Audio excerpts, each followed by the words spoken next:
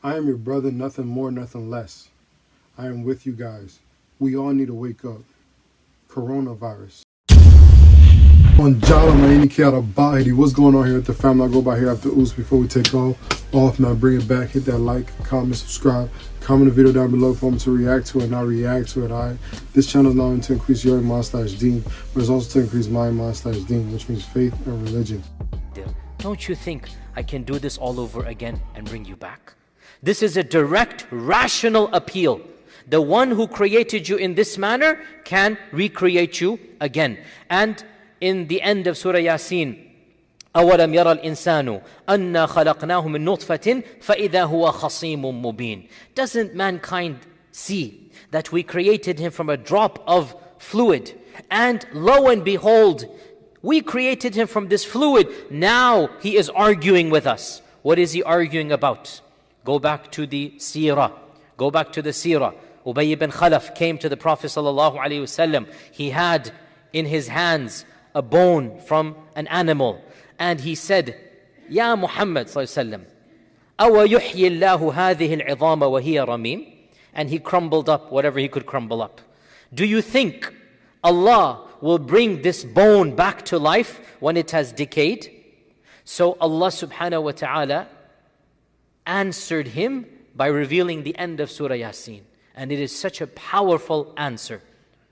This man who is arguing with us that whether we can bring life back or not, أَوَلَمْ يَرَى الْإِنسَانُ أَنَّا خَلَقْنَاهُ مِن نُطْفَةٍ. Where did he come from? Now that he is خَصِيمٌ مُبِينٌ, has he forgotten his own origin? وَضَرَبَ لَنَا مَثَلًا وَنَسِيَ خَلْقَهُ. He challenges us even as he forgets his own creation. In other words, you're asking Allah for an external proof, and you are a walking internal living proof. What proof do you need when you are the proof itself? You dare ask Allah for a challenge, and your creation is itself the proof of the challenge. وَضَرَبَ لَنَا مَثَلًا وَنَسِيَ خَلْقَهُ قَالَ مَنْ يُحْيِي الْعِظَامَ وَهِيَ رَمِيمٌ. This is what Ubay said. Then Allah Azza wa Jal says, قُلْ يُحْيِيهَا الَّذِي أَنْشَأَهَا أَوَّلَ مَرَّةٍ.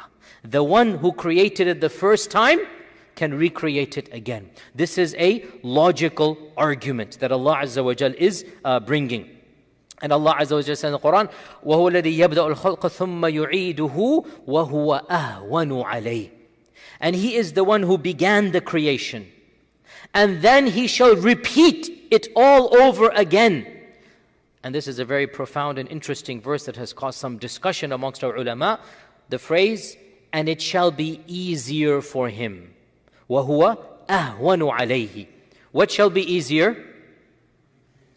To recreate. Why is this verse potentially problematic to some theologians? Yeah, this is the point. Nothing is difficult for Allah. For Allah to say, and I shall recreate as I did it the first time, and the second time shall be easier for me. As if the first time was difficult.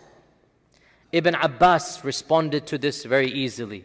And he said, if there was a difficulty, then when you do it for a second time, it is easier. But there was no difficulty to begin with, and Allah Azza wa Jal is simply making them understand. If you think there was any difficulty, surely to do it again is easier than to do it for the first time. So Allah is speaking to them at their level. And He is saying, if you feel that that's going to be difficult, surely when somebody does anything for a second time, it is easier. So in the realm of Allah, nothing is difficult. He says, kun fayakun. But if there were to have been an imaginary difficulty, surely recreation is easier than first time. And this is something we all know. When we do something a second time, it is easier. So this is the second genre. Under it are hundreds of verses where Allah links belief in Judgment Day with the origins of man. And Allah Azza wa Jal asks mankind to go back to His own creation and to understand that how was He created, so too He shall be recreated.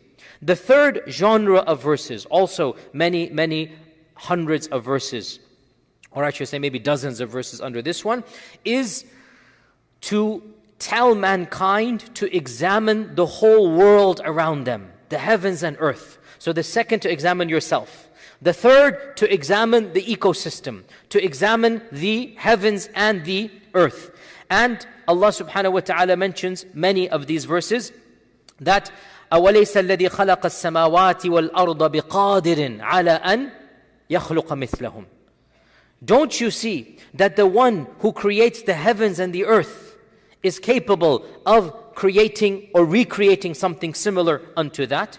And Allah subhanahu wa ta'ala says, أَوَلَمْ يَرَوْا أَنَّ اللَّهَ الَّذِي خَلَقَ السَّمَاوَاتِ وَالْأَرْضَ وَلَمْ يَعْيَ بِخَلْقِهِنَّ بِقَادِرٍ عَلَىٰ أَنْ يُحْيِيَ الْمَوْتَى. Don't they see the one who has created the heavens and the earth, and He wasn't powerless in creating them? It wasn't difficult to create them.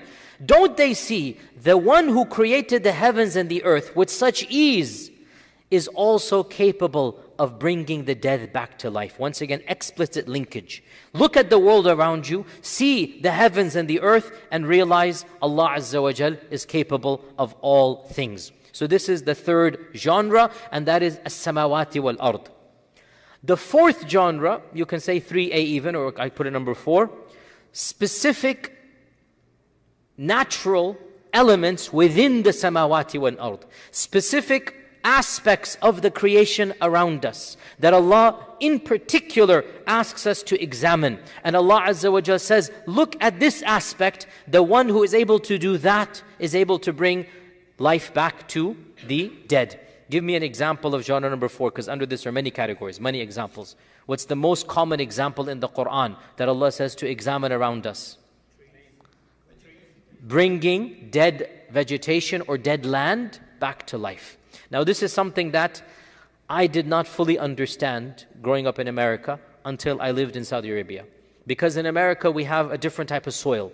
Generally speaking, even in the winter our soil is green. Even if it's not the same type of greenery, but it's a different type of soil. When you go to a barren land, when you go to a desert land, you see a different type of soil.